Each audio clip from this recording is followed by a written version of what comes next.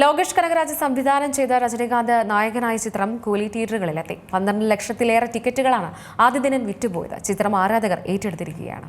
ലോകേഷ് കനകരാജ് സംവിധാനം ചെയ്ത രജനീകാന്ത് നായകനായ കൂലി തിയേറ്ററുകളിൽ ഓളം സൃഷ്ടിക്കുകയാണ്.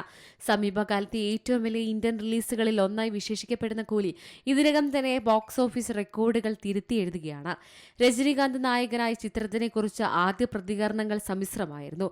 ഈ വർഷത്തെ ഏറ്റവും വലിയ റിലീസായ കൂലിക്ക് മുന്നോടിയായി രജനീകാന്തിന്റെ ആരാധകർ ക്ഷേത്രങ്ങളിൽ ആചാരങ്ങൾ അനുഷ്ഠിക്കുകയും ചിത്രത്തിന്റെ വിജയത്തിനായി പ്രാർത്ഥിക്കുകയും രാജ്യമെമ്പാടുമുള്ള തിയേറ്ററുകളിൽ ആഘോഷങ്ങൾ സംഘടിപ്പിക്കുകയും ചെയ്തു.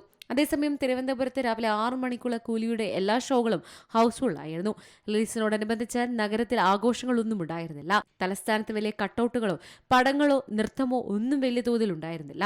നിരാശയുണ്ടാകാതിരിക്കാൻ ഹൈപ്പും പ്രതീക്ഷകളും കുറയ്ക്കണമെന്നാണ് സിനിമാ പ്രേമികൾ പറഞ്ഞത്. Entertainment desk, Malayalam news. ഏറ്റവും പുതിയ വാർത്തകളും വിശേഷങ്ങളും വിരൽ തുമ്പിലറിയാൻ സീ മലയാളം ന്യൂസ് എല്ലാ ഡിജിറ്റൽ പ്ലാറ്റ്ഫോമുകളിലും ലഭ്യം.